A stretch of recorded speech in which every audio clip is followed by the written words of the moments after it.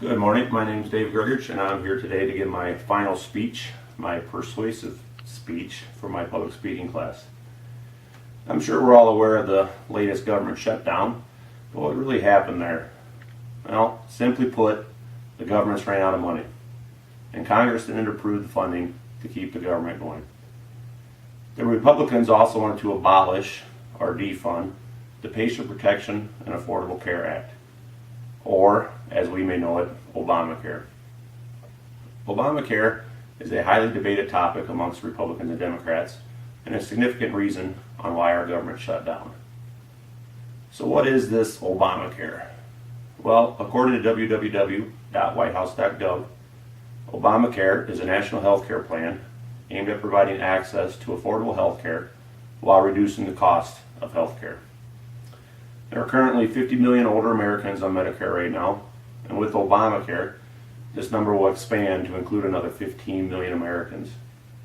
The cost for seniors is expected to drop by $4,200 a year by the year 2021. Subsidies, or financial aid from the government, will be provided to families that can't afford their monthly insurance premiums.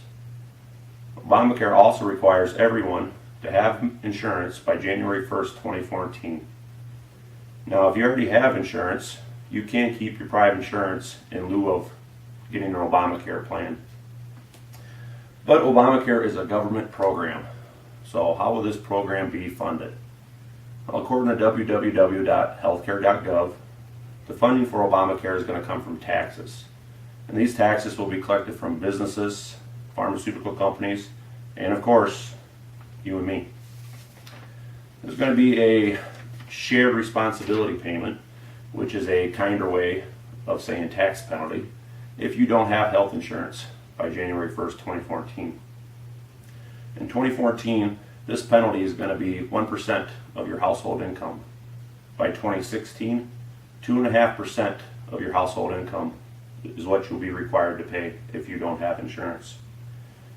Insurance carriers are required to spend 80% of their collected premiums on health care.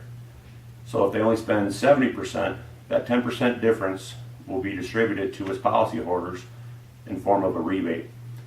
It was estimated that 8.5 million Americans will receive one of these rebates this summer, but I don't know of anyone that's received one of these rebates. So we know how Obamacare is going to be funded, but how much is it going to cost? Well, according to an article in Health Magazine, posted on www.inquisitor.com, to enforce the penalties I discuss, the IRS had to be expanded. And we know the IRS is a government program, so me and you pay for that expansion. The Supreme Court said Americans ages 18 to 35 spend on average $854 a year on health care.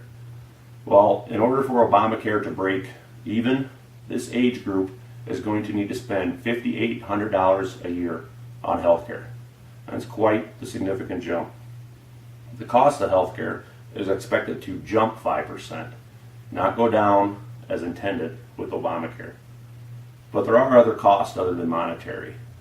Businesses are going to restrict the hours of their workers to less than 30 hours a week to avoid paying health care benefits to their employees.